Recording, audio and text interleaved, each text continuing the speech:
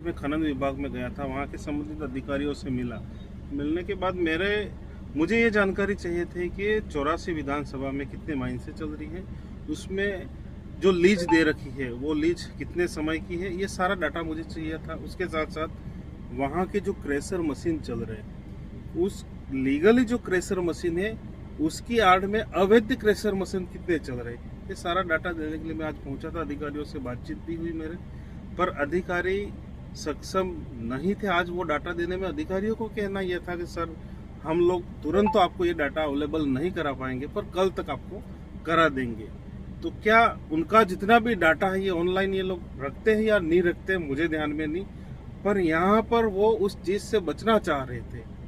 मैं जो डाटा मांग रहा था उस डाटा से ये बचना चाह रहे थे, और बचना इसलिए चाह रहे थे कि ये लोग माइंस और खनन में बहुत बड़ा घोटाला कर रहे हैं। ठेकेदारों और अधिकारियों की मिली भगत से ऐसा हो रहा है, ऐसा अनुमान है। और स्थानीय जहां पर भी माइंस से लोगों की आए दिन मेरे पास शिकायत आती रहती है, तो मैं इन सारी चीजों के लिए आज खनन विभाग में गया था। दूसरी बात यह है कि कई जगह ऐसे खनन है और क्रेशर मशीन है जो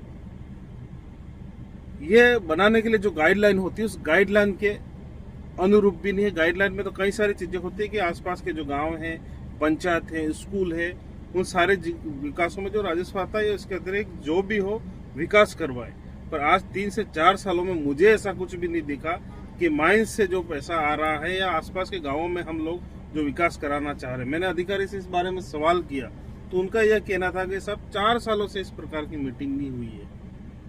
मैंने उनसे कहा कि आपने कुछ ऐसा काम करवाया हो तो मुझे डाटा दो, तो ये लोग नहीं दे पाए। दूसरी बात ये थी कि यहाँ पर इन चीजों को लेकर के जो बड़े बड़े मगरमच्छ है उनको विभाग के द्वारा बचाया जा रहा है, और बचाया इसलिए जा रहा है कि उन्हें भी कुछ परोसा जा रहा है, तो उन्हें भी परोसे जाने के कारण ये लोग भी खुश है। और सब मिल बांट करके अनुसूचित क्षेत्र में जितना भी खनन हो रहा है उस खनन को अवैध तरीके से बेच करके ये लोग मजे मार रहे हैं। और यहाँ के जो लोग हैं, आदिवासी लोग हैं बेचारे, उन लोगों के साथ बहुत ज्यादा शोषण हो रहा है, क्योंकि जो लीज है, लीज के अतिरिक्त भी इन लोगों को डरा धमका के ये लोग आगे बढ़ के भी काम करते हैं। उसमें अधिकारियों का हाथ होगा तभी होगा।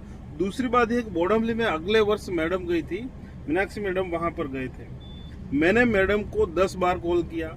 ये मैडम वहाँ के जो ठेकेदार है कुछ और मैडम के बीच में कुछ चल रहा था। वहाँ के स्थानीय लोगों ने मुझे बताया कि मैडम और उनके बाद में कुछ पैसों की लेन देन हो रही है या फिर कोई डील हो रही है। मैंने मैडम को तुरंत फोन किया, क्या बात है, क्योंकि मैंने 10 से 12 कॉल किए। मैडम को पता था कि ये एमएलए साहब का नंबर है, मैडम ने कॉल नहीं उठाया। कॉल नहीं उठाने का कारण यही था कि अगर मेरा कॉल उठा लेते तो वो डील नहीं कर पाते और मैं वहां पर पहुंचता तो उनका यह काम होता नहीं, सक्सेस नहीं होता।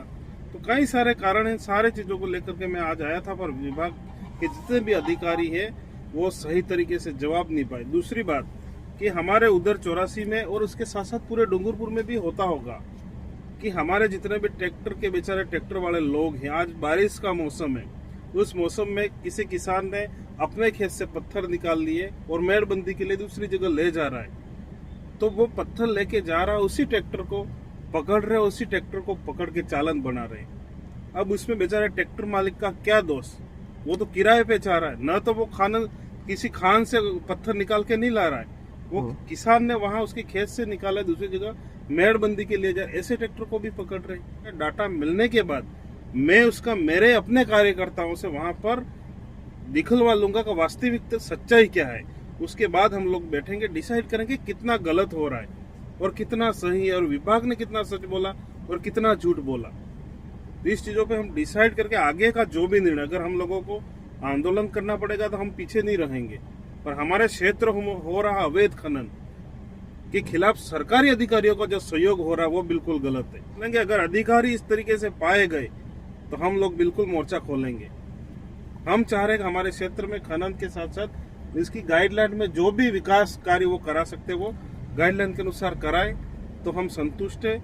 वरना अगर इन लोगों ने इसी तरीके से हमारे जो ट्रैक्टरदारी बेचारे जैसे तैसे घूमते उनको 25-25, 30-30 हजार का चालन बना करके इन लोगों की हालत खराब कर दी है। और पुलिस थानों में कुछ कांस्टेबलों को सेटिंग कर करके इन लोगों ने अवैध वसूली मतलब हर ट्रैक्टर वाले के पास महीने का 1,000 रुपया वसूलते, ताकि उनको ये बोला जाता है कि आपके ट्रैक्टर को नहीं पकड़े, बेचारे मजबूर है, ये लोग दे रहे। दूसरी बात ये कि यहाँ पर तो ये लोग सपोर्ट नहीं कर रहे।